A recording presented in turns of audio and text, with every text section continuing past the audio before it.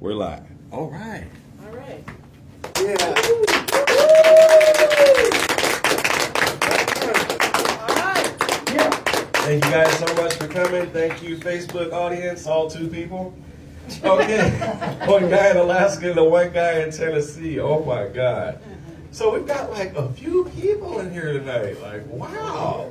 There's a couple of people. I got my Bruce shirt on. Hopefully I don't get big as Bruce, but I'm probably bigger than him right now while I'm talking junk, right? So, gentlemen over here, Mick. We ain't gonna use government names, we're live.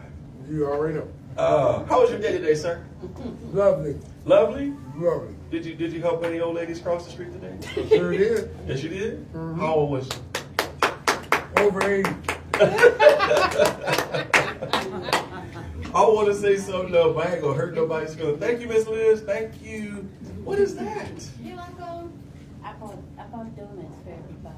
Oh, yeah. Donuts. For the cherry bomb. Oh, wow. Yeah, for the donuts. Oh my God. I have no clue. Yeah, for the sweets. J-Dad was like, oh no, I'm trying to keep my figure. I'll tell you about it on the mic. Okay, all right. No, that's hamburger. Okay, so we've got about 7 comedians coming up for you guys tonight. And I'm not going to sit up here and waste time talking about myself. Okay, I'm looking. I didn't go in order here. Mr. Slaughter or Mr. J-Dab? Are you guys ready to rock? J-Dab, you want to go first? All right. This is a very funny comedian. It's an older gentleman here. It's what we call an OG. Okay. He slam dunking on the mic. Coming to the stage, please give a round table pizza in Las Vegas. 7460. What's the name? Give it up for the very talented Mr. J-Dab. Thank you, Marcus. Thank you, folks, for that wonderful welcome. I appreciate you. As Marcus said, my name is J Dab, and they used to call me OG. They would say, "What's up, OG? Oh, what's up, OG?" I said, "Excuse me, that's AG, above ground." Anybody else happen to be above ground? I'm happy to be above ground. Don't get it twisted.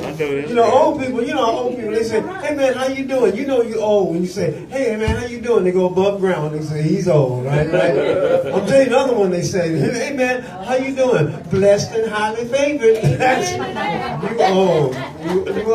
you old. Some of you trying to get into heaven. I'm blessed and highly favored. Come on, St. Peter, let me in. Another one you hear old people say, "Hey man, how you doing?" "Better than I deserve." I'm like, okay, Jeffrey Dahmer. What the hell have you done? What have you done?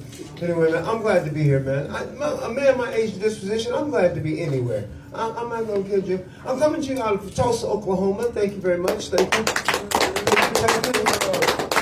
Facts about Tulsa, Oklahoma. It's a beautiful town, it really is. Tulsa spells a slut backwards. I don't know. I'll wait. TULSAASLUT. Thank you very much. And when I first got there, I was like, what's up with that? So I went to a strip club, and I don't really go to them. I went to a strip club, and the DJ was like, "Hey, coming to the stage, here comes Tulsa." Oh, she walked out, I was like, she's got dyslexia.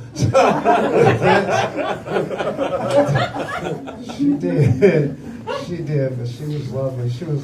A lot of times, being a black person, you say from Tulsa, right? A lot of white people, they get confused. A black man from Tulsa, well, they didn't get all of us. So, if you know your Tulsa history, thank you very much. If you don't know your Tulsa history, that's what I call a joke Google. You have to Google some stuff. What happened to the black people in Tulsa? You're going to find out, man. Now, I'm glad to be here in Nevada, though, man. I'm glad to be here because y'all got things here in Nevada we don't have. Like, when I first came out here, y'all have Denny's waitresses with teeth. It's amazing. It's amazing. It's with teeth. I've never been to Tulsa, man. I picked your arm back.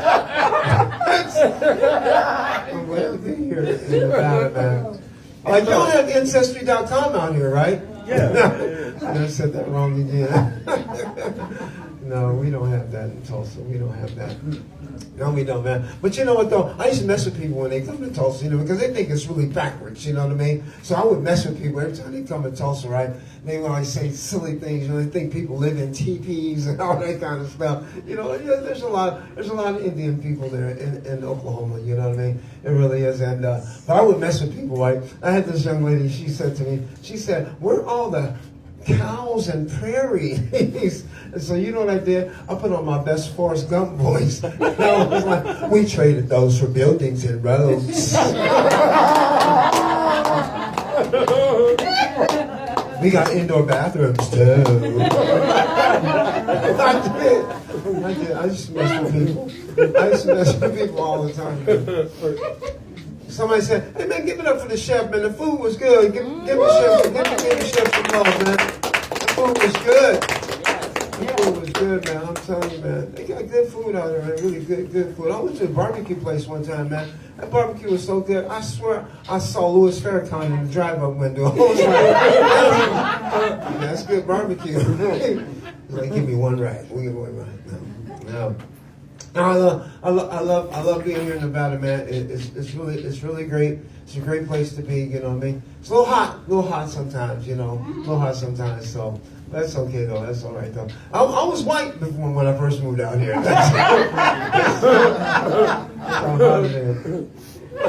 No, I wasn't. No, I'm glad to be here, man. I'm glad to be here. I really am, man. I really am. I was raised in the church. Anybody else raised in the church? I was raised in the church. You know what I mean? I love going to church. And when I was a young man, though, there were some things about church that kind of scared me, though. A few things about church kind of scared me. Y'all remember this song? Some of the songs in church really scared me. There was this one song in church I used to sing every Sunday, especially on the fourth Sunday, right? And the song went like this: Take me to the water, take me to the water to be baptized. I couldn't swim, y'all. Man, that song scared me. Then got to that second verse, down by the wall, and I was like, Down by the river. I was like, Mama, take me to the YMCA. I need to learn how to swim. I did, man. I did. I go by the name J-Dab. My name is Jerome Kirk Dabney. That's my stimulus check name. So that's what everybody thinks. That's my stimulus check name, Jerome Kirk Dabney. Right? And if you haven't been to I was raised in a Baptist church. You haven't been to a Baptist? Anybody raised in a Baptist church? Man, Baptist preachers, man, they are not, man. Let me tell you something. Baptist preachers, they can do it. Pastor James A. Williams, that was the name of our pastor. Right? To rest in peace. And man, he's a great man. But let me tell you something. If you did something outside of church, come Sunday morning, pastor was gonna tell him. Now that was the thing. I'll give you a perfect example. When I was young, I played football, right? And as I mentioned, I'm old, so you gotta think back a few years, yeah. And I played football, and one time we were playing this game, right? And Pastor came to see me, and I was so glad, And the other team, they were on their own 4-yard line, right? And I was on defense, and I hiked the ball, right? And I got through the line, right? And the quarterback lateraled the ball to another guy.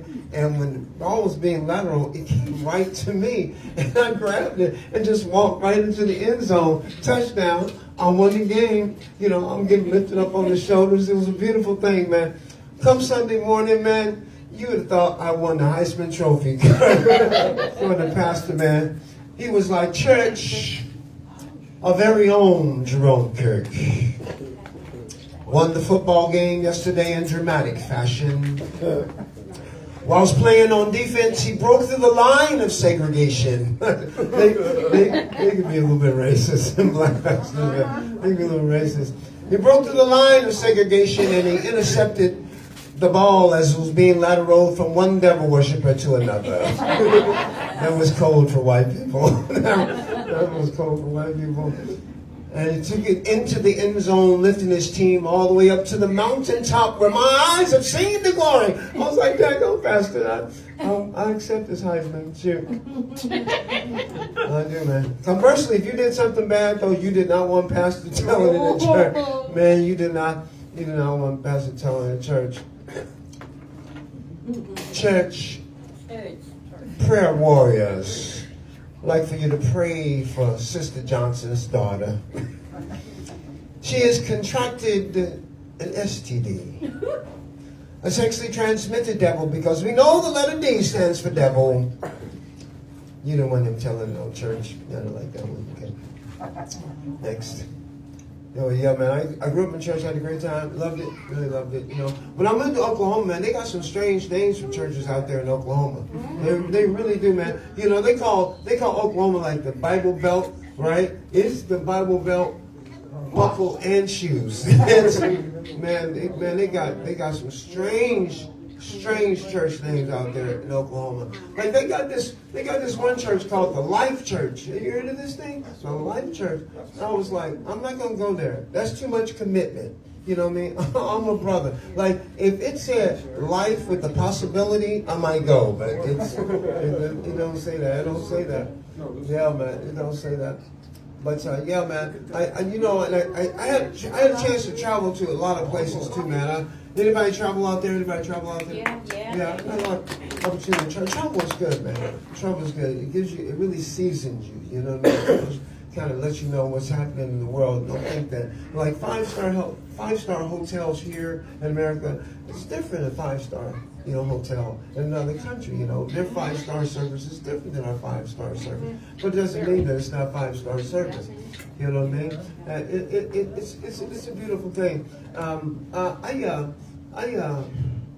Because I need to get out of here. As a matter of fact, I want to thank Marcus also for this microphone and having this opportunity to do this time. I want to get out of here. I'm trying to figure out what I'm going to leave you. I'm just going to leave you with something that, as I said, I am old. You know what I mean? And it is a blessing. It is a blessing to be around because we're losing so many people. You know what I mean? I heard something the other day I want to share with you, and I want you to take it with you. And it goes like this: it's great to be alive, but it is better to live. So I want all y'all to do me a favor. Keep living. Yeah. Let's do that. Right. Yeah. Ooh, that was wonderful. Take me to the wall. All right. That's awesome, man.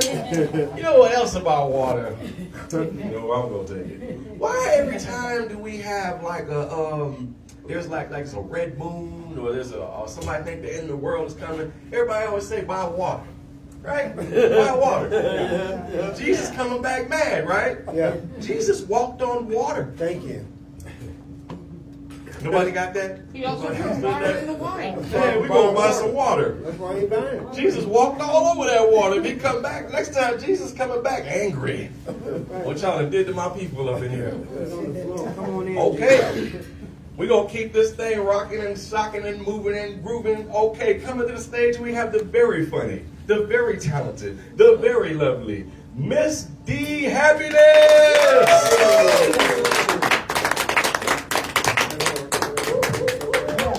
Oh, I appreciate that. Thank you. Hey, what's going on? Okay, yes, I'm Miss D Happiness. Jerome said D stands for the devil. Yeah. Yeah, I guess I am to some people. I'm an Aries, you know. Oh, okay. Don't clap too hard. Oh, you're an Aries too? Yeah, I'm an asshole right in your eyesight. That's what I am. I never thought of it that way. Yeah, I love my assholeism. Yeah. We had this convention called SEMA, S-E-M-A, and like I think I'm an acronym comedian because I've seen it as simply eating more asses. You know, it was simple. It was simple. Wow. Yeah. I'm from Oakland, California. I think there's a lot of us in here. Yes, support survivors. Support survivors. Yes. Yeah, I'm happy now. But in the 70s, being raised in Oakland got me punched, slapped, and spit on. And that came from my family. Yeah. My family always told me I had a learning curve. And that learning curve is more bent than Peyronie's disease. A bent banana, for those that don't know. Did you know, sir? No, him. That guy. Him. Did you know that? Oh, yeah. I know what you're talking about. Okay, because some people look like I just thought I just had a extra skill called bent this way. He thought you said pepperoni. He thought pepperoni. That's good. That's good. I'm a person that can't keep a job. I get jobs. I'm always getting fired, or I'm quitting, or I'm just not showing up because I'm tired. You know, because all jobs want they just want your time. That's it, right? That's horrible. You know, I mean, I don't like them just like I don't like them like I don't like a Uncle Tom or Uncle Sam and the uncle that used to touch me. But my uncle, he did leave me a great gift. I used to get a pearl necklace. Oh my God. It just hung around for a while.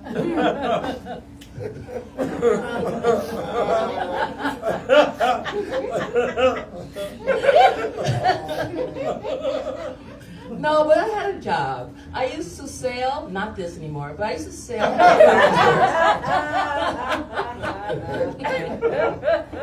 helicopter tours. And they told me to sell the helicopter tour like this. When people come up, I say, yes, you're about to go to the farthest and deepest part of the canyon. I got to say it like that because she's a perv. She was mad at me. She told me to say those words. Not the perv part, but hey, had to ad-lib. I had one of the managers, I had two different managers. I worked in the front of the house and the back of the house. Front of the house, customers. Back of the house, I'm on the phone. Hello. Yes, we have trips over there. You know, I was a good seller. I think I was a good seller. You know?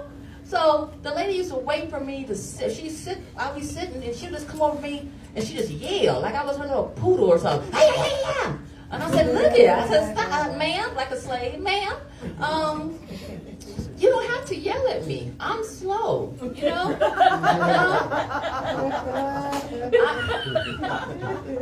I know I'm slow because it took me 5 times to realize I didn't care for anal. And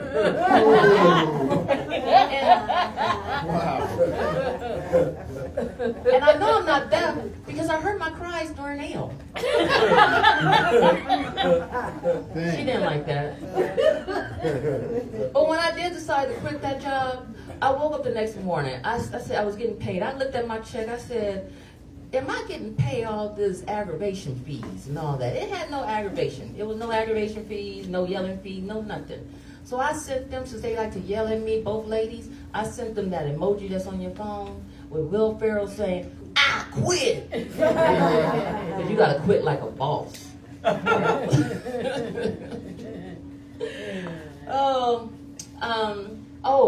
And people don't know this. I do as I'm told. My ex-husband, my first husband, when he left me and his daughter, he turned to me and said, go be all you can be. So I tried being a stripper for 16 years and got fired 50 plus times. Because that dumb job, you should break all them dumb rules. Right. Because I would find a loophole. They would say, go talk to the customers, and I say, how about you? Would you like a dance? Would you care for a dance? How about you too? You know what I'm saying? Well, I gotta get up. I got skills from way over here. I don't have to. And then they would. I don't think I was cheating because they used to have it so black. And I don't know if y'all know this. I'm black. All you would see was my eyes and my teeth. Look like a damn raccoon. Looking like a raccoon in the corner. Or Chester the cat. That's on Alice in Wonderland. Exactly. That's what it looks like. That's it. So all the women, light, bright, and everything in there. And so they see them, they don't see me, but you know what? They heard me. Because I was like, ball player over here. Ball player. You know? So, you know what? They would go over there. You know, they would come over there. I said, I was like VIP. See, when they come to you, they know they got their credit cards ready, and they balls want to be played with. Okay, so that was the thing. That was 30 answers. I got five. I saw a loophole. Just saying. One time, one place, they told me two more stripper things, and I'm gonna let it go. But one more. There's one club, they told me that you can't touch the girls, right? I don't know how you wasn't get paid. You know? Who's giving air dances? Hey, how you doing? You know, that's not even cool, you know? So, they came one day, the bouncer come and said, hey, tell him to stop touching you. And I'll go, well, he blind. You gotta help out the handicap. You know what I'm saying? You can't discriminate. I went out of town. I used to be a traveling comedian. A traveling stripper. So I was out of town one time, and they pay you this called this funny money when people use a credit card. And so they were giving me all this money from the funny money, and the man said, we gotta hold your money. I said, I got this little fancy purse, it can hold money. I know, it can hold money real good. You know, I know how to hold money. And he was like, no, we need to hold your money. I said, these two titties can really hold money. They can hold money. They can hold money. They know how to hold money. I said, I was wearing wigs. I said, my wigs, that's a good hiding place. That know how to hold money. They know how to hold money. And I said, you know what, I got hoes. They definitely know how to hold money. Okay, stop it. Y'all, okay? Yeah, I got fired. I applaud myself on getting fired. Yeah. I have a friend. She has this daughter. Now I've been there since birth with them. Now when she had the baby, and the baby plopped out, and they slapped this thing on top of her, she looked at them and said, "Go clean it." Okay? And they said it's not an it, it's your child. Okay? She's like, "Go clean it." So speed it up to 26 years later, we go out to her birthday party. Okay? Now we're all there. I'm looking at the girls. I'm like, she's a very beautiful girl. Why she just got one friend, her mama, and her mama friend here. You know, that is it. And we got a bottle. A bottle. Okay? We got a bottle. We popping a bottle. Okay? That's all we doing is bottle. So anyway, they pouring the little shots, and I don't know, we were racing, but she was she was slamming these shots down. I was like, is this why are we racing? I mean, take your time. But anywho, speed it up. We get outside. Now she wears a dress, and next thing you know, we take her outside, and she just turned like a stiff stick. She went and just fell on the ground and started vomiting on everybody. Right? Now I was there at birth. Y'all saw me. I heard me. Her mama didn't want none of that at birth, right? No, she gave it to her. But and I'm just saying, like, you women, you can't go and talk about rape because you just ready. You know, booty all up in the air. I mean, like, come on. And I was wondering where her boyfriend was at. We never saw the boyfriend. But when we kind of took her home, we got her on the side of the car, and we met her boyfriend that night. Yeah. It was called Concrete because she just kept on kissing it. You know what I'm saying? She just kept on. But right now, I have a job. I'm a transporter. Not of prescription drugs, weed or cocaine. Okay? I know, right? Because I don't like people that take drugs like police officers, FBI, and Hunter Biden. Yeah. But no, I do. I transport people around. I'm not an Uber driver, you know. If I was, you'd be extremely restless, okay? I'm not a Lyft driver because that's where you leave your ports at. You leave your ports there. I'm a cab driver. Can't accept bull. All right? That's who I am. One of those little yellow roachy cars over there, you know, out there on the streets. I get customers and they leave good material in the back of my car. Because I had a customer, he was Caucasian. Yes, it's a vernacular problem. And he said, hey, I just want to let you know, I'm not racist. Because I have a color TV. And I said, I'm not racist either. Because I've eaten that Cracker Barrel. Okay? Yeah. I had one lady. She got in the car. She never said hi. She never, mourned or nothing. She just got in. She was on her phone in a meeting. And then she just turned to me. She said, turn this radio off. I said, hell to the no. We ain't turning no radio off today. No, we turned it up louder, actually. Then I had another lady. I picked her up because we get vouchers. And I picked her up at the hospital. And before she came, I asked people, I said, can I start this meter? So I already started my meter. So by the time she came out, I was at $7. Okay, you gotta get that money. Always getting that money. All right.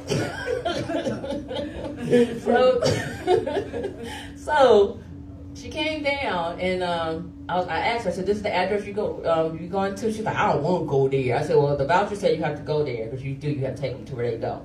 So the lady goes, I'm playing Chris Brown. I'm not playing loud. I'm not one of them people that be blasting it so your ears hurt and all. I'm just lightly playing it. And she said, I don't really want to go there. And so we drove out of the parking lot into the street, and she said, turn that music off. No, she said, turn that music off because I want to think. I said, there's no need for both of us to be in your thoughts. So I'm not turning my music down. Oh, man. No need. She said, drop me off. I said, not a problem. Don't get the hell out. Got me $12 though. Always getting that money.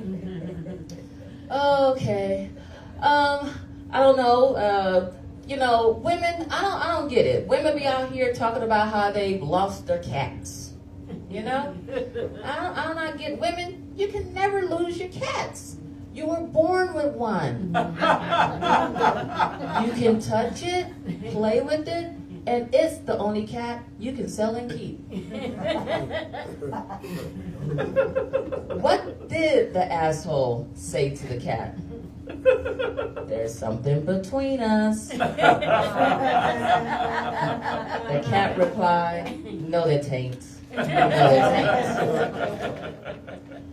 All right, women, you might have lost your cherries, but remember, you'll always have the box it came in. Thank you. I'm Miss D. Happiness. Bye.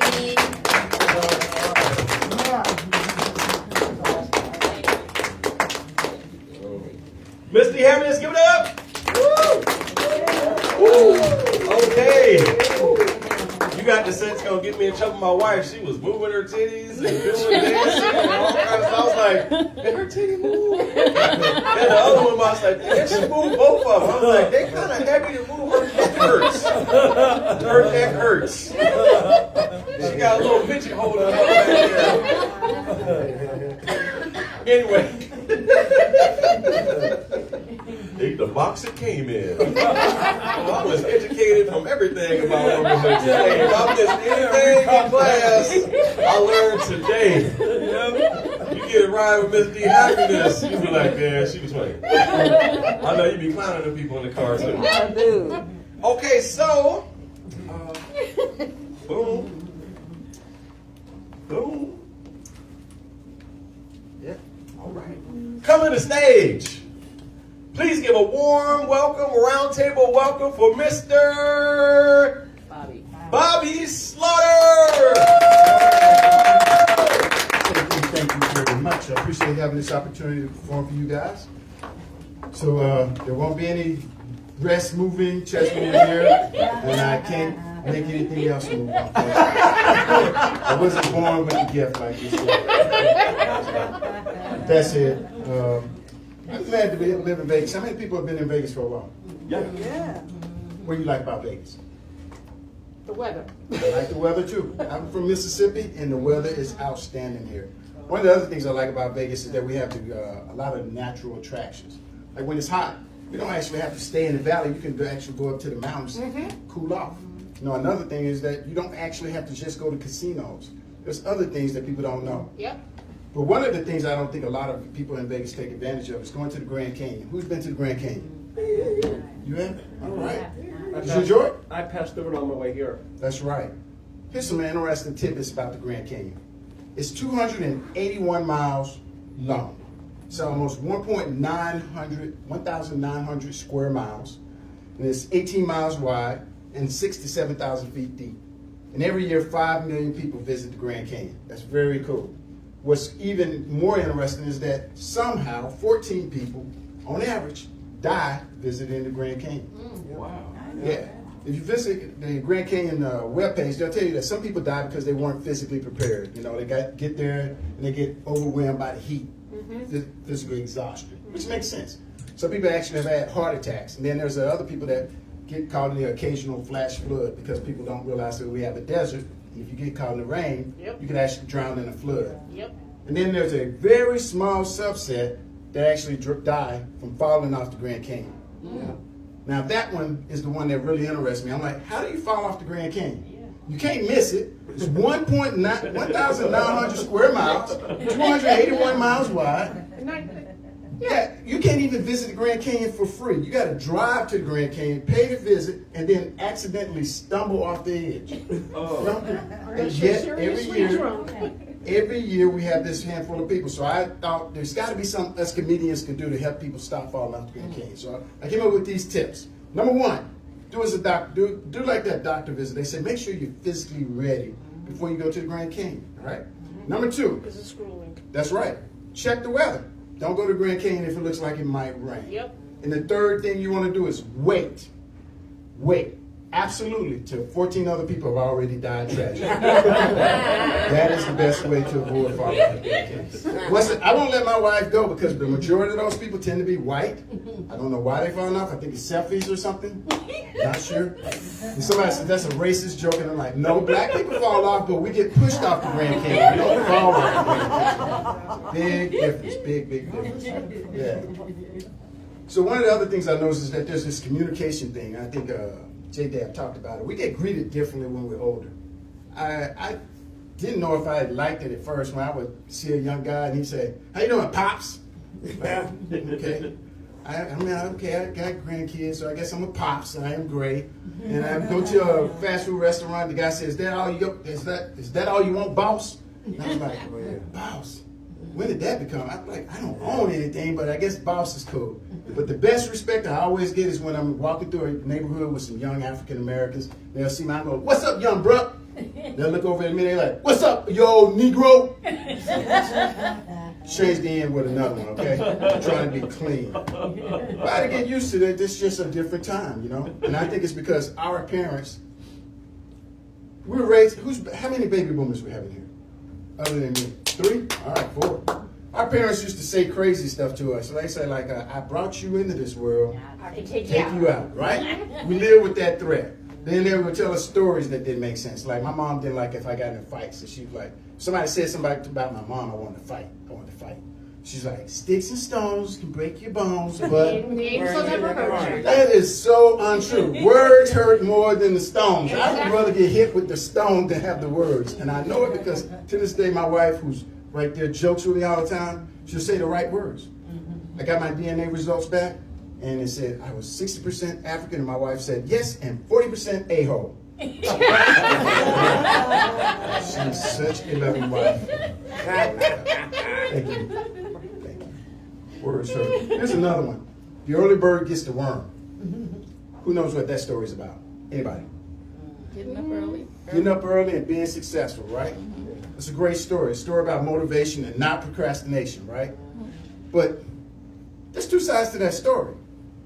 One side is success. The other side is a horror story that we tell to terrify worms. Because the worm can get up early. What? He's going to get it. Doesn't matter what time the worm gets up. The bird's going to be waiting for him. What happens if the worm waits a little bit later? Somebody's going to step on him. The bird's going to get him once again. So it doesn't matter whether the worm gets up early or goes to bed late or what. He's going to get it regardless. So sometimes procrastination pays off, and black people use that the next time somebody says you're on CPT time. Okay? That's what I would say to that. So I noticed that some comedians like to take sides on controversial issues. Who remembers about 2 or 3 years ago, Tiffany Haddish got in trouble with Peter, I think it's Peter. Peter? Yeah, because she wanted to wear fur coats and she refused to stop wearing them because she said she didn't want to stop until they stopped killing black men, which is very controversial. And I was like, man, I got to find a way to take a stance, but not that controversial. So I said, let me see, what can I do to support Peter and also show my support for this issue? So I decided I'm not going to ever again wear any sheepskin condoms until they stop killing worms. Okay? I refuse to wear any sheepskin condoms. Absolutely. Okay, so people always ask me for jokes, so I decided to change some jokes around, make these pretty clean but edgy jokes. Who's familiar with the chicken crossing the road jokes? Yeah. All right, so here's my first, I guess what you call my dad joke. Why did the chicken cross the road? I don't know. Usually it's to get to the other side. That's true, because the chickens on the other side were so finger licking good. Much better reason, right? Why did the turkey cross the road? Because the hens on the other side were better at gobble gobble. That's a Miss D joke. She told me that just before I walked up here. She said you have to move your chest when you say it real fast. All right. So we have any prior military guys? Oh, thank you for your service. What branch? The Army. Oh, all right. It's not simplified. It's the Marines. Listen, be all you can be, right? Yep. And I was Air Force. My wife was Navy. Yeah. I think military people have a better appreciation for Las Vegas than other people. And I say that because when you've been deployed all over the world, and you finally get to someplace nice that they have everything and it's cultural, you just enjoy it more than other places. One of the things I like about Vegas is that we seem to have a lot of millennials here. Some people don't like that, but I think millennials are outstanding. And sometimes we don't get along with them. I know that, but because we have a military background and they just don't identify with us. And I try to find things to bridge that gap. So what I found is that I try to find comparisons. I think between the two generations, my generation went to war, and their generation may still go to war because this country always seems to be involved in a war, right? Yeah. Number two, we both faced different technologies. When we were growing up, it was cable TV. I can still remember when TV stopped going off and stayed on all night, right? For this generation, what is it? Social media that stays on and does not go off. And nowadays, we both deal with childhood dangers. For our generation, we thought we might die by a nuclear bomb. We would crawl up under the desk. I don't know why the desk was supposed to protect us, but that's what they tell us, crawl up under the desk so you can get burned up that way. In this generation, the millennials is the one generation that's dealing with these school shootings, which is really sad. And then there's the other thing that they're most likely the generation to walk off the Grand Canyon while using a cell phone. That was a callback. Nobody got it. Okay, moving on. We're going to close out with, which one we're going to close out with? Oh, I don't know. I think I'm done. That's it. Hey, that's been my time, guys. Appreciate it.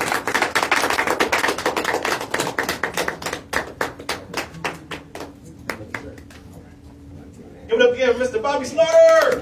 Thank you, Round Table Pizza. Give it up for Round Table Pizza. We got Mead here. Indian calories. White Rock Donuts. Every time she give me the donut, I start getting anxiety. I think about my thighs rubbing together. Like, here she go again. I got more stuff I gotta say no to. Every time I wake up, are you hungry? It's like being 300 pounds and your wife is a chef. Every time she see you, you hungry? You want something else to eat? I was trying to lose weight one time and get a little nasty right there. I was trying to lose weight. She said, I got something low calorie. I'll spray some whipped cream on it for you. You can eat all you want. You know what I said? Okay. All right, let's keep it moving and grooving. Come to the stage. Hold on, let me get my.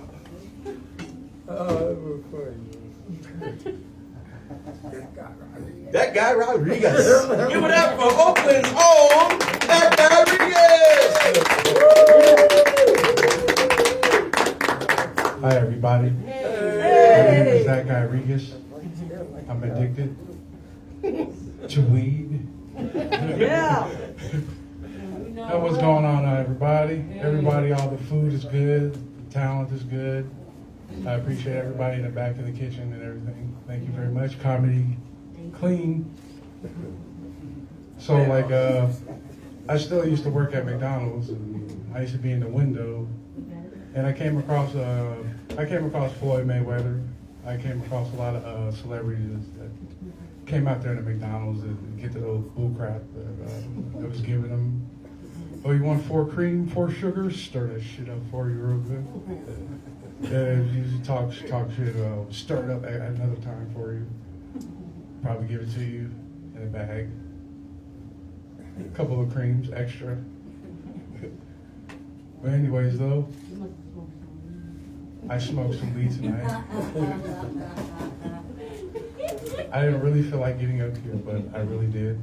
My inner wisdom was like, I'm like a kid. I didn't want to come up here. I'm full like 80. I was born in Berkeley, California. Now I'm in Las Vegas, baby. We are doing our thing. Now we got the Raiders. Now we got the A's. Everybody in Oakland's like, damn, we don't got no more teams. They won't have, once the A's get here. If they get here. Yeah, if the A's come out here, I'm definitely going to go. I'm definitely going to go to a Raiders game. Finally, then I've never actually been to a Raiders game. Is because I'm not really a Raiders fan, and I am a Niners fan. Let's go. Yeah. I know a lot of people was like, that took the heart. I'm Raiders. I'm Raiders. What the hell did he say? This guy got his glasses on and he got pizza sauce smeared all on it. He got his little diaper bag and his little watch that tells him his little blood pressure. In a minute he's gonna need his little oxygen tank to take out his damn equipment to the car.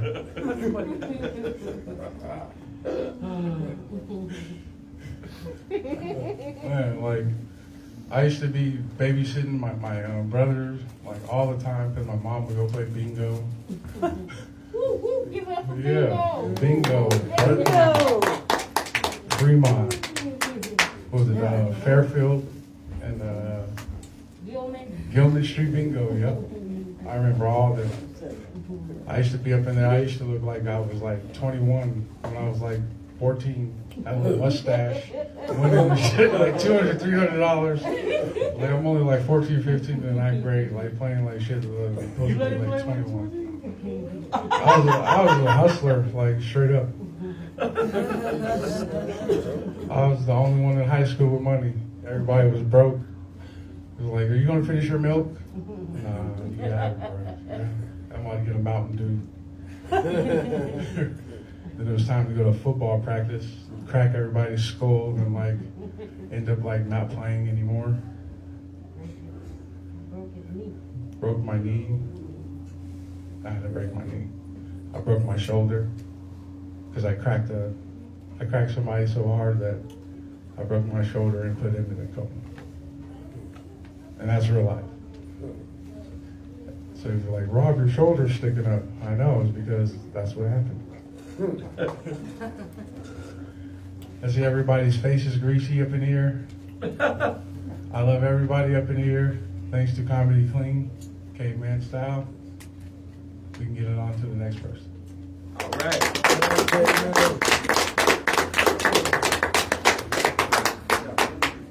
All right. Give it up one more time for that guy, Regas. Okay. I thank y'all for watching on, I think everybody was watching on Facebook the past couple of weeks. Our first week, guys, we had over 300 views. This past week, it dropped down a little bit to like 180, 190 something for the week. And we'll see what we do this week. I'm being hopeful. God is good. And the next person coming to the stage is a very dear friend of mine, beyond friend, and beyond family. This person that you're about to meet, a lot of people don't know a lot about you, but I'm not going to say all your business, but I will say that this person supported me along with my wife, along with every little idea. I was like, I want to do this. They were like, here you go. I want to do that. They were like, here you go. This lady right here, you have no idea, and you have no idea how much you mean to me. So I want you to feel so comfortable to step up to the stage. Give a warm welcome for the first timer on the open mic, Miss Lynn Fire.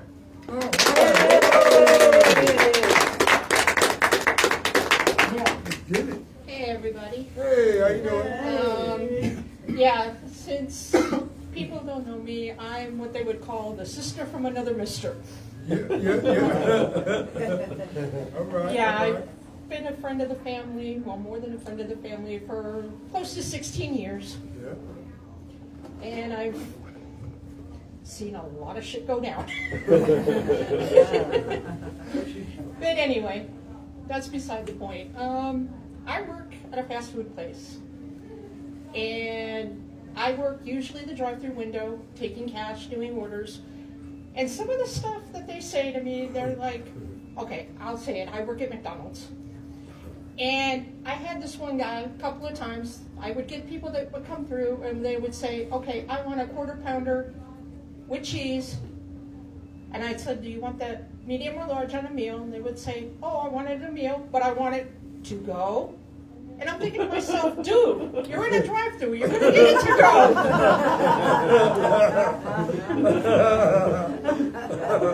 Before that, I worked at a convenience store. I worked graveyard shift. That was not fun.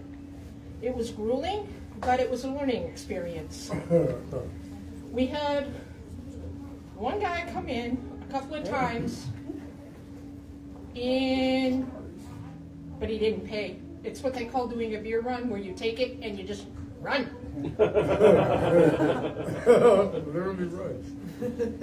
Yeah. And I used to have my own house, but due to unforeseen circumstances, that's changed.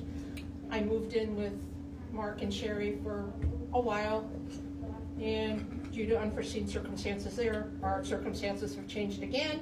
But I used to have a small zoo at my house, which is no joke. At one time, I had 6 guinea pigs, I had 2 lizards, 3 birds, a few fish, I had 4 dogs. Now, my one dog is a Boston Terrier. I don't know how many of you know about the breed of Boston Terrier, but let me tell you, she was my snuggle bunny. If I went to bed at 1 o'clock in the morning, she'd be in bed next to me at 1 o'clock in the morning. But this dog would snore like a buzzsaw. Okay? And let me tell you one thing. Her farts would clear this room. No joke. I had the 3 smaller dogs in my room. And 2 of them were Shiba Inus, or small dogs, but every once in a while they would jump up on the bed, and so one would be over here, and the Boston over here, like Velcro, bookends. And the other one would be at the end of the bed. I didn't know that the other one was at the end of the bed. The Boston farted, lifted up the sheet, woke me up, and I'm looking at her, and I'm like, geez, Bubbles, did that come from you? She just looks to me and went back to sleep, snoring. I try to get out of the bed. The other dog is scrambling. You hear this thud and pitter-pattering of feet running out of the other room. I try to get out of bed. I knock the other dog off the bed. And she's just looking at me, and I'm like, I'm sorry, Imani. I didn't know you were there. And the Boston caused all this problem. And I mean, let me tell you. Yeah. Clearing a room. yeah, that's just a few things that went on. And another true story is my dad. He had his own business for a while. He sold it in 2006. God rest his soul. He passed away in 2010. He had his own place. He was in the tire business, but before that, he was selling gas, was a mechanic. So I'm not afraid to get my hands dirty, because I would help my dad every time he would do something under the car. So I'm not afraid to get my hands dirty. But anyway, he put a computer in his business just before he sold it in 2006. But my dad liked to do things the old-fashioned way with pen and paper. And so I had to go and learn computer classes. And my dad is like, and I'm like, Dad, you don't need the book anymore. And he's like, well, I still want to keep trying. I'm like, Dad, you were like Fred Flintstone in the age of George Jetson. Anyway, let me see. Yeah, so there's just so many things. I don't even know where to start. I don't even know where to start. I mean, I just, this is my first time up here anyway, but I'll leave the rest of the stuff for later. I thank everybody here. I thank Roundtable Pizza.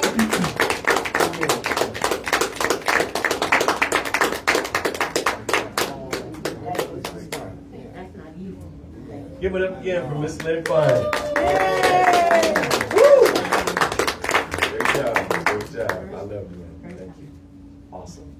It's not an easy thing to come up here and bare your soul and tell your life and try to get people to laugh. So you did a fantastic job, man. Okay, the next gentleman coming to the stage, he started here, wasn't it? Was here. Here. This will be his third time up, third time here. This guy is getting there. Benny, we're going to get you to the funny. You just ran. I love to hear this man go off. Watch you crack me up just going off. Do the Benny rant. Come to the stage. Benny Clinton. Hello, everyone. Hello. My name is Benjamin. I've been in Vegas. I'm kind of new. I've been here about a year. I'm from the East Coast. I'm from Baltimore. Actually, that's a little bit of a fabrication. I identify as from Baltimore. I'm from Montgomery County, Maryland, which is about 30 minutes from Baltimore. And the irony is that I've spent more time in Washington, D.C. than I have in either of those two places. So I've lived in Washington, D.C. That's where I've spent most of my life for work and other things. At the age, I'm 37, about a year ago, I decided I had to get the hell out of there. I came over here because I can't deal with the politics. I can't deal with it. I've recently discovered that no matter what I say, I'm white. People are going to get offended. People are going to get upset. They are going to get upset. I agree with people, and they get upset with me. And it's like I don't even know what we're arguing about when I talk about politics with people. Last week I did a bit where I talked about the election and how, like, there's a little bit of me, there's a part of me that is Democrat. When it comes to moral issues, I lean liberal. I believe that gay marriage, people should have the right to marry whoever they want. I don't think that's any of the government's business. I don't think it's any of the government's business if a woman wants to have an abortion. I think that should be I would hope it would be a mutual decision between two people, the couple, boyfriend, girlfriend, or girlfriend, I don't know how these days, I don't know. But at the end of the day, it's the woman's choice. But at the same time, there are some things where as I've gotten older, I've started to lean a little bit more conservative. When it comes to bailouts and like handouts, entitlements, I tend to lean a little bit more conservative with that. The example I've used in the past, I actually used it last week, was student loans and debt. I am not against forgiving student loans. I just think it needs to be a part of a broader discussion about debt and loan forgiveness in this country. There's a lot of people who are in debt and are being buried with loans. I have a $14,000 car loan. I'm paying it every week, okay? I don't have a problem with having that discussion, but I'm not a fan of targeted forgiveness and targeted loans and targeted handouts.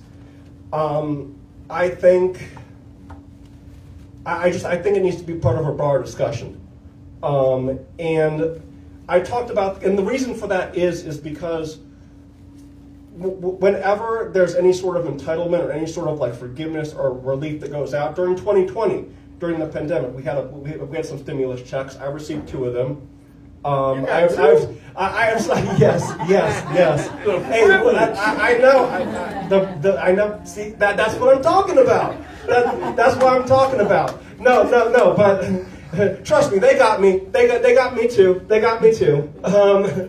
I have friends who received many more. I'm not sure how they managed to get more than 2, but they did. But like, the thing is, somebody always ends up paying. Somebody else always ends up paying. And so I don't think it's unreasonable to ask, okay, like, if we want to forgive student debt or forgive debt or whatever it is, how are we paying for this? How are we going to pay for this? Because I don't think that's unreasonable. But yeah, I don't think that's, but every time I bring that up, it's white privilege, supremacist. It's like, whoa, well, I'm agreeing with you. Let's talk about it. Let's talk about debt, but let's not limit it to just my debt is more important than anyone else's. And if you disagree, you're white, you're privileged, you're a racist. I don't think that's constructive. But yeah, that's the same kind of crap I've been dealing with my whole life. It's why I moved away from Washington, D.C. Yeah, I don't know. I tend to lean toward positivity above all else. I try to find the good in everything. I try to find something positive in everything. And admittedly, that's hard. This election is really, I'm not happy about this. But I'm trying to stay positive and just, because that's all I can do. That's all I can do. And I think listening to people and understanding where people are coming from and not dividing is very important. Very important. There's a reason. I personally didn't vote for Donald Trump. I actually voted for Kamala Harris. I'll go on record with that right now. But I do think it's important, whether you agree with the people who voted for Donald Trump or vice versa. I think it's important for both sides to understand where the other side is coming from. And I think that's how opinions change. That's how opinions change. So I would just challenge people a little bit moving forward. Just listen first. Listen first, but also yes, but also speak out too. Speak out, to be open to listening, but also speak out. I know there's a lot of stuff going on right now. There's a lot of injustice. There are victims out there, police brutality. One of the things that I've noticed is, and this is another one where if I speak my opinion, oh, you're a white supremacist, don't speak about issues with police, you don't understand. It's like there are real victims of police brutality. George Floyd, Marcus, we were talking about this. The guy in Atlanta, I can't remember his name, who was jogging and he just got gunned down. Yeah. I agree. Those police departments need to be held accountable. And those officers need to be prosecuted, and whatever death penalty, that all needs to be on, whatever the law is, those penalties need to be on the table. But don't lock that in to every police department in the country. Yes, there are some who are very corrupt. I'm from Montgomery County, Maryland. I happen to like our police department there. I've seen them do some amazing things. They believe in community policing. Ticketing there is a last resort. It is a last resort. I had a conversation with a cop. I was working at a grocery store. And in Montgomery County, we have cops. They patrol down the highway with solid blue lights on. And I asked the cop, I'm like, dude, how do you guys ever pull anyone over? Because when I'm on the road, if I'm speeding, I can see those things from a mile away. And he's like, he tells me, he's like, well, the point isn't to ticket people, it's deterrent.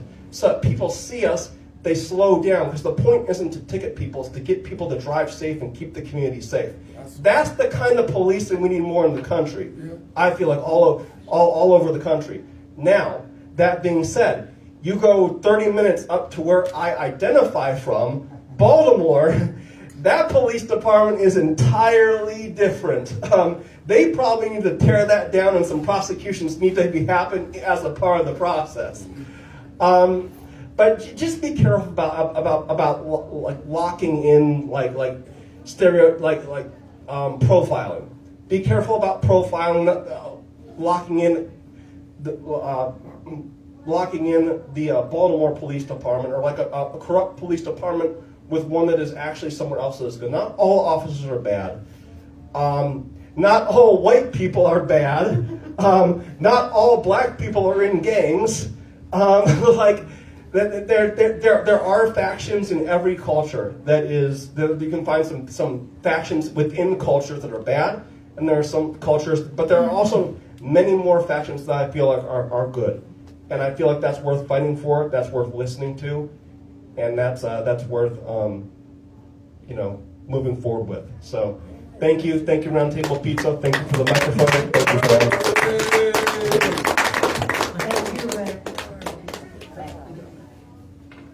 Give it up again for Mr. Ben. Ranting. Oh my God. Black people are in gangs. They're eating the dogs. They're eating the cats. Who said that? Who said that? Trump. Trump. I have a question. Why is that man orange? Why is anybody answer that for me? Why is he orange? Probably too much spray on Tanner. He's from Florida. Orange? I've never seen a white person tan orange. I don't know.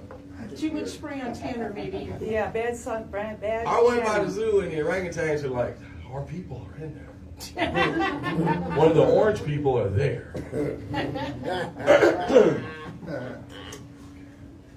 Excuse me 1 second, everybody.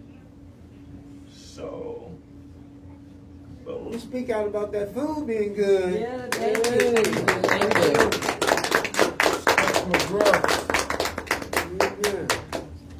okay. So how much money are we giving to the Ukraine? Too much. Anybody know? 50 bazillion? 50 bazillion? A lot. Yeah, a lot. It's a lot. It's a lot. Are they winning the war yet? Yeah, they won. They're holding them out. They go They holding them off? Really? They're holding their ground. Just food backed off. Okay, I don't know if Ukrainian people know where that money's going, but I saw a Ukrainian preacher on YouTube on Pit My Ride. Those Americans are very generous. Hashtag me too. He had spinners on it. He had a big truck, and he was like, "Thank you, America." That sounded better in the shower. So I'm 299 pounds. They'd have scales that don't go over 300 pounds. My wife doesn't want to say that I'm fat, but she knows when it's time for me to, to get weighed. She's like, "Let's go by the truck stop." You get a complex about yourself when you got to go by the truck stop. Be like, so you're gonna roll up on the truck stop and then subtract the amount of the car from my ass. Any dads out here? Anybody got kids? Dads? Dads? Okay, as a dad, your worst fear after you raised your son and disciplined your son and checked your son and make sure he was in bed early and told him to take out the trash is that when he gets older, he knocks your ass out. That's a big fear. That's a big fear. So I got to a little argument with my son, got to a little tussle, and we squared up. And he tried to knock me out. He really did. Like, we threw a couple of kicks and a couple of punches, and this boy did like a, what was that? Blah! And all I could see was slow motion. No!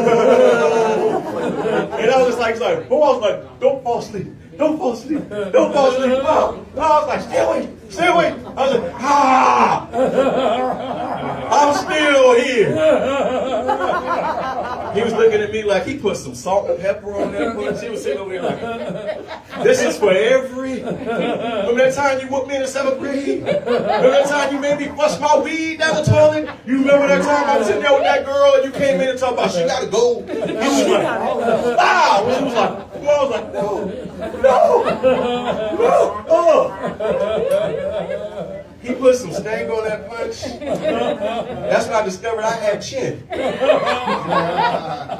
know what I'm saying? Fight, you got jaw. I had jaw. You laugh because you know. My son ain't but about this big. He ain't but about this skinny. And he hit me like he was that big. I had a speed knot on my gym, bone spur for my 8 months.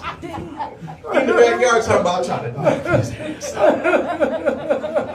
He was like, F you, Dad. And I was like, F you. You want it again? You want it again? And we go outside, I'm like, I was just playing.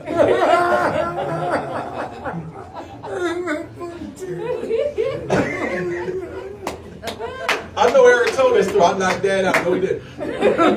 He did not. I saw stars, though. He hit me and I was like, you know how like you drunk and you trying not to pass out? It was like that. He hit me and I was like,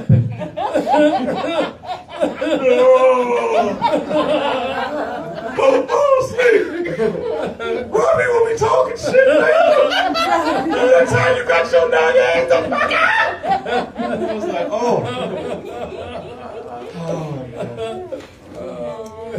I love that little Negro. You should have got in the car.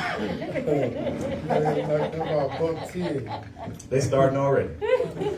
But anyway, I went to jail that night, and let me show y'all something. I'm not trying to be no homo. You? See this ass? You see how big this ass is? I have a 50-inch ass. I went to jail that night. I can't fight. Tell y'all right now, I can't fight. I have a stun gun in my pocket and a pistol real close. I know I can't fight. I'm ready. Like, you try something today, somebody go in the body bag. I'm out of breath just talking about it. So I was in jail. If you've never been in CDC, Clark County Detention Center, let me tell you something. You go in, there's a tiny room about as big as a table. And there's a TV, a closed circuit TV on the monitor. That closed circuit TV says one thing. It says this right here. Y'all pay attention. Y'all men pay attention. If you have been anally penetrated, please tell the officer. There's no cameras in there. Like, I'm gonna tell you while he trying to penetrate. I was sitting on the bench right here. My butt was so tight together. I put my hand over my butt. It was like, no, no, no. I was like, there you go, baby. Somebody said, hey, pass the tissue paper. Hey, pass you nothing. Man, I cannot go to jail with ass this big. Can't do it. Bye, Miss Happiness. Thank you. Thank you so much for that. I cannot go to jail with ass this big. So I just, Mickey, you laugh at you hard, bro. We like to talk at you.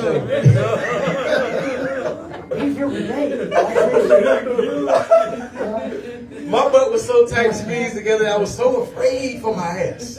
I was like, if you could have put like a thimble in there, I could have turned it to a diamond in 5 seconds. It was tight. All the stories older men tell you, don't go to jail. Don't you go to jail, boy. Boy, your ass is big. You know you can't fight. Boy, you're light skinned. You got pretty lips, you got a big ass. You gonna be somebody's bitch. I was like, oh, whoa. Woo. I had long hair at that time too. I was looking all pretty. My hair long as it is. I was like, whoo. And you got somebody there 6'5", looking like Debo. You talking about, give me your sandwich. How you want it? You want the peanut butter one or the one with the meat?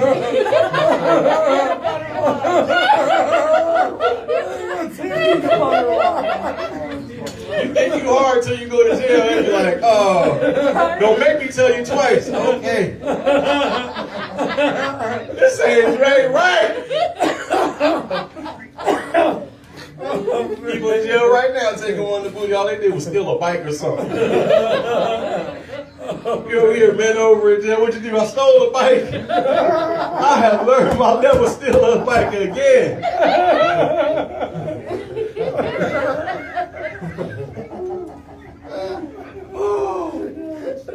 I ain't gonna talk about my penis tonight. I'm putting it down. I'm gonna leave it. You know, not all black men is packing like that. Some of us are medium. Not every black man is mandingo. Who's manding? I don't know. But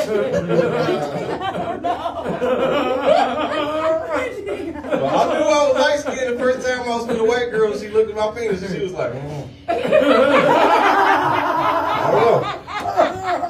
I don't know. It's like, your daddy must be white or something. My dad is white. And he was bigger than me. I seen it in the shower. I was jealous. This ain't right, Dad. This ain't right. How come you're white and I'm a black man. I don't really eat chicken. I don't really play basketball. I can't dance to save my life. Don't watch sports. I can't run fast. I'm out of breath just standing here. I might be a white guy. I got okay gratitude. I don't like being late. I pay my bills on time. My rents are white. I might be white.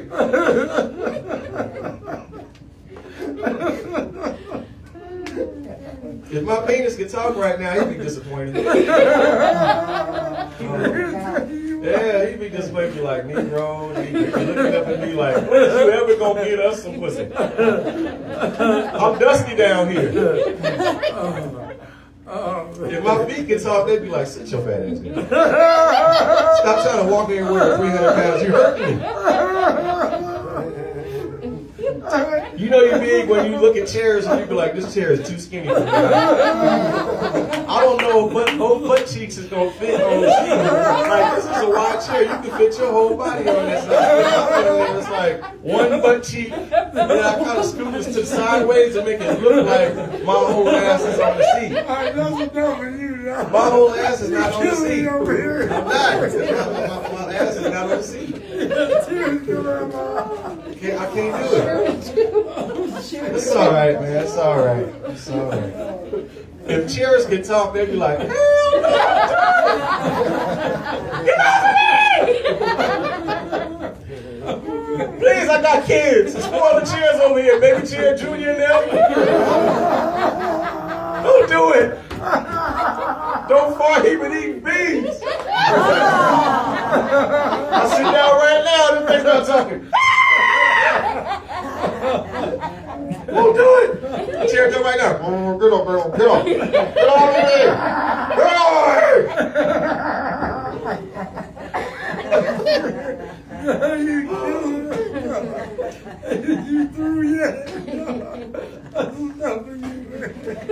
Y'all find y'all got a jump drawer? Y'all know what a jump drawer is? You put your keys in your wallet on the table, but you got that jump drawer. Yeah. Sometimes it's a coffee table when you walk in. It's the kitchen counter. It's the end. It's a nightstand. It's something. Oh man! You take that it's stuff you can't throw away, right? You can't throw it away. You don't want to keep it, but you can't throw it away. Mm-hmm. It's looking at you sometimes like it's a piece of gum.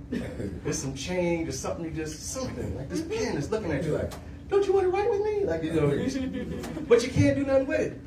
But it's there. Ladies, ain't that like an ugly dude bothering you for some pussy?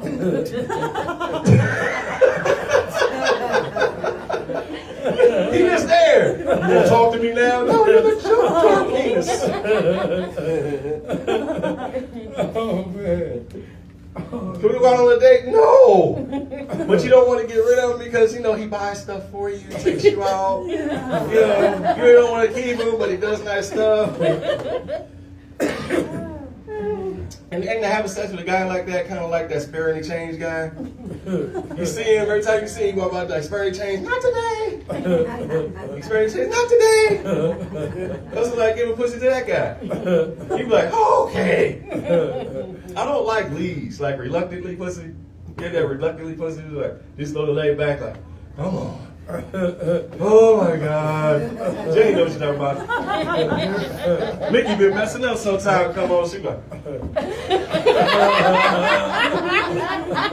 hurry up. Oh, I'm so enthused. She bending over like,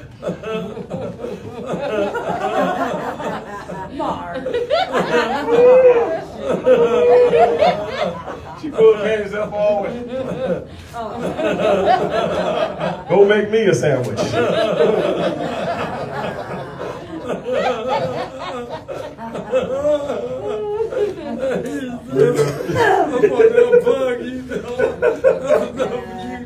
You ready, Casey? Oh, man. Huh? Always. Go do something? Oh, man. I'm going to do a bit and I'll do it. Okay. Oh, man. Okay, we got one more performer coming to the stage. I wanted to act up with y'all one time before we, somebody left a nice pen up here. Bobby Slaughter. Yeah. Oh, his this name is on that. Sure. Oh, no, those y'all can? got Okay, plenty. see, I write. So, I was like, ooh. Thank you so much. Thank y'all. Please give it up for Round Table Pizza. Give it up for all the comedians. We got our headliner coming up right now. Boom! Oh, man. Give it up a warm round of applause for Mr. Casey Weiser. All right. How am I supposed to follow that shit up, man? No. I'm trying to come up here and this dude's being all funny. I gotta come up after that. Good, bro. It's not gonna work You out. got this. I grew up in the 80s, man. My parents used to do a lot of cocaine. Woo! Yeah, I know, right? No, we don't know why you have a tough palate. That's weird. I mean, come on, Mom, you did a lot of cocaine, you know? So I had a lot of, I fought a lot coming up. I did, like the rest of a lot of people. We always fought coming up, especially being comics, especially being funny. You had to fight a lot. So when I was in school, people used to make fun of me. They're like, oh man, you got a funny face. I was like, bam, now you got the funny face. That's how that is. So, man, it was, I came up from Christian school, like we were talking about before. I went to Christian school too. I came out Baptist, you know, and a lot of people made fun of that. And my friends and family were like, man, there's a lot of weird stuff that goes on in Baptist school. I'm like, yeah, like evolution, right? A lot of people were like, oh, you don't believe in evolution? I'm like, I don't. But the thing is, like, man, it used to be a liquid in some dude's balls. And now you walk around talking shit and you don't believe in evolution? That's exactly what evolution is, man. You grew. You know, don't be bad, you grew. There's been a lot of things going on in the world and politically. I'm going to sit down for this. I have to. Me and Ben had an excellent conversation. I really appreciate your set, Ben. A lot of things have been going on politically in the world, and there's a lot of things I don't agree with, a lot of things I'm against, but it doesn't make it right or wrong. My boss at work is a big supporter of the right, which I'm not, but I walked in, and the day after the election, man, he was so happy. And he was happy that not just his side won, but he was happy for the things he believed in. Just like the left was happy for the things they believed in when the last president won. And to look at somebody and go, man, you're happy about what's happening? I can't deny that for anything. I can't. Do I believe in what he believes? No, I don't. But that doesn't make a difference what makes a man or a woman happy. You know, I was walking down the street the other day. I saw a beautiful transgender woman. Gorgeous. And I thought, man, it took a lot of balls to pull that outfit on. And I was right. You know? I happened to be right. One of those times I happened to be right. I was walking down the street the other day and I saw a homeless woman in a tent, which is sad. It really is, man. I don't like to see people homeless. But when I walked by, she said, who's out there? I said, everyone. You're the only person in the tent, dude. There's nobody else out here. There's just a whole lot of things in this world that I'm happy about, I'm sad about, I'm proud, and I'm mad about. I mean, that's the beautiful thing about Las Vegas. It's a microcosm of this whole world. We have the good, the bad, the happy, the sad, the ugly, the pretty, everything in between. And that's what makes it absolutely beautiful. I am going to do a song tonight, and it's going to be absolutely terrible. I want you guys to know that. I cannot sing. But I love it. And it will not stop me. Anything that I love will not stop me from doing it. Okay? So please bear along with me and hear the words, not the notes. That's all I'm saying. Marcus, my phone? Yeah. You got it right here. Thank you for charging after me. You're welcome, sir. I had a very close friend of mine that I have not talked to in 20 years call me yesterday. And his mom just passed away. Mm-hmm. And she used She used to smoke cigarettes, and her husband didn't know. And she'd be like, "Hey, I'll buy your beers if you don't tell them I smoke cigarettes." And we used to go in their liquor cabinet, and we knew that we couldn't drink all the gin, rum, vodka, or whatever. Like, we couldn't take too much out of the bottle. So we take a little bit of each, pour it in one bottle, and then put the lemonade mix, the powder shit, and just mix it all up and get hammered. This song reminds me of that. It reminds me of what's going on today. I think it has a lot of this social connection with everything that we're going through, man. And black, white, lesbian, gay, whatever you are, we go through this argument every 10 years. Do people deserve to be people? Mm-hmm. Yes, they do. That should not be a political stance. If you're white, you're black, you're gay, you're straight, you're Mexican, that should never be an argument.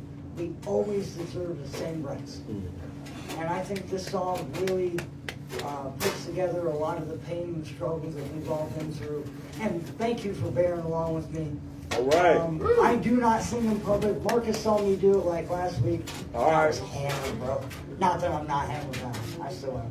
But, I'm going to play the song. All right. Thank you guys very much. I appreciate everybody that came out tonight. Thank you, Roundtable. Thank you, Philosophrenics. Everybody come out next week, Wednesday. Phrenix. Yes, bro. Absolutely. Yeah, we won't be here next Wednesday, but the following Wednesday. Break that all down, bro. We have a show. You work. I'm sorry. Anybody work here? No. Who? Nobody works here? No. I know how to cook pizza. I'll be right back. Anybody in the building? We have a show next Wednesday at Blvd Brewing Company, 1415 South Commerce. It is outside, so bring your jacket. But we got comics, we got music. We have a live food vendor that They have also outdoor comes eaters. fire. Correct. Yes. And we also have a live artist. Yeah. So this is all going down next Wednesday, 7 to 9 p.m. He can sing too. He got guitar skills, Yeah. and rap. He's good. The music is Scotty Dub. Yeah. Anybody knows him? He's from San Diego, but he lives out here now. Excellent artist. I can't believe I'm doing this, but I don't care. I can. Do it. Do it.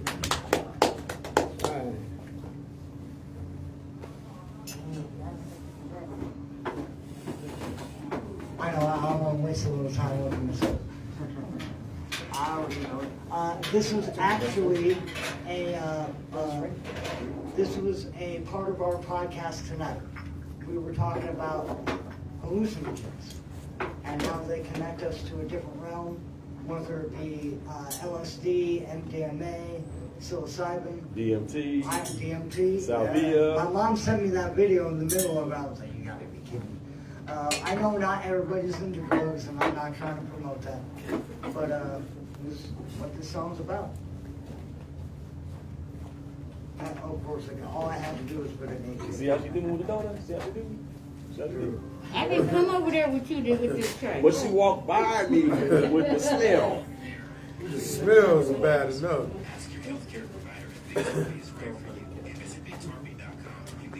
You gotta wait for the commercial? No, I know. I have YouTube right here, but not premium. I'm not paying for that shit. All right.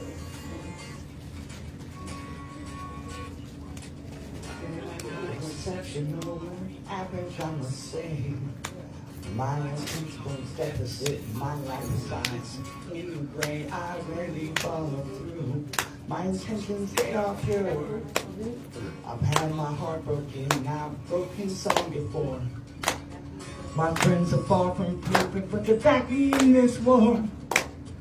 I may not always have a bed, but I always have a floor. I'm the future will fall. Yes, I don't care, we fall more fun to be low. These hallucinations, they're whiskey and dose, and I'm looking for an answer. There needs no proof, so I'll play the game. Go ahead on the road, lose and I got nothing. Yeah, got nothing to lose.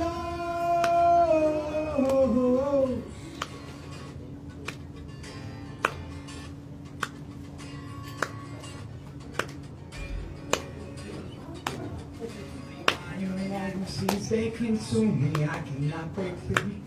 Mother always told me to be you, so I was raised. We didn't see there is always someone cooler, always someone better. Be a cat that makes a little bit more cheddar. That's okay with me. That's just the way it is. One day I will be dead. All this shit will be relative because boy is born was you a man. Dreams are stepped on, but anyone can. I'm showing anyone by my can. Fuck the naysayers, I'm sticking to my plan. Yeah, it's hallucinations. They're whiskey and toast, and I'm looking for an answer. Franks.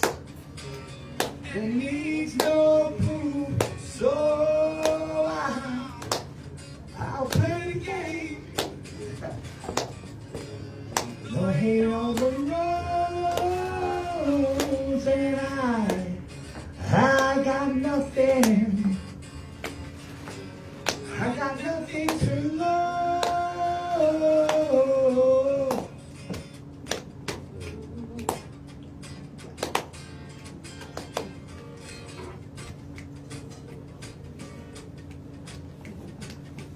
These hallucinations, they are whiskey and booze. Put it out. I'm looking for answers, they need no proof, so I will play the game. Though I hate all the rules, and I got nothing to lose, nothing to lose. I got nothing to lose. Nothing, nothing, nothing, I got nothing to lose. Nothing to lose, I got nothing to lose. Nothing, nothing, nothing, I got nothing to lose. Yeah, yeah. Amen. Woo! Thank you guys so much. I really appreciate it. Love you, Las Vegas. Love you, schizophrenic. Franks, baby. Right. Boom, boom. And he want me to follow that. I want to thank you, Mr. Bobby Slaughter. I hope that you're all the way black because I was following your clap. I was messing up on the clap. I was like, and I was like, Bobby. That's my whiteness. That's my white side. That's my pay my bills on time side. So. I want to thank everybody that came out tonight.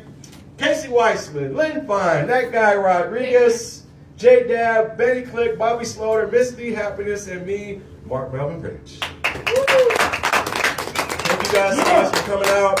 Thank you to Round Table Pizza. Let them hear us. Woo! Thank you, Round Table. I feel like the Django's like, I'm in the big house tonight. I got a question. Why do we all have square tables? Why is it? We're a round table. If that's you went up to a white man. Give me some, Casey. Give me some. Boom, you figured that out, man. It's math to me. I can't help it. I might be part Asian. It's all good, man. It's all good. Thank you guys so much for coming out. We enjoyed for having you. Hope you come back. Next week we're gonna be at Voodoo, but after that, we're probably sporadic throughout the holidays. And I don't know what's happening, but I'll be posting it. Before you guys leave, let me get your Instagram. Yes. All right, round of applause for everybody. That's it. Good job, bro. Thank you. Yes, sir. Yes, sir. Yeah. All right, when did you tell me you was going to use the singer? I don't know. I was some soul. I didn't know you joined the singing.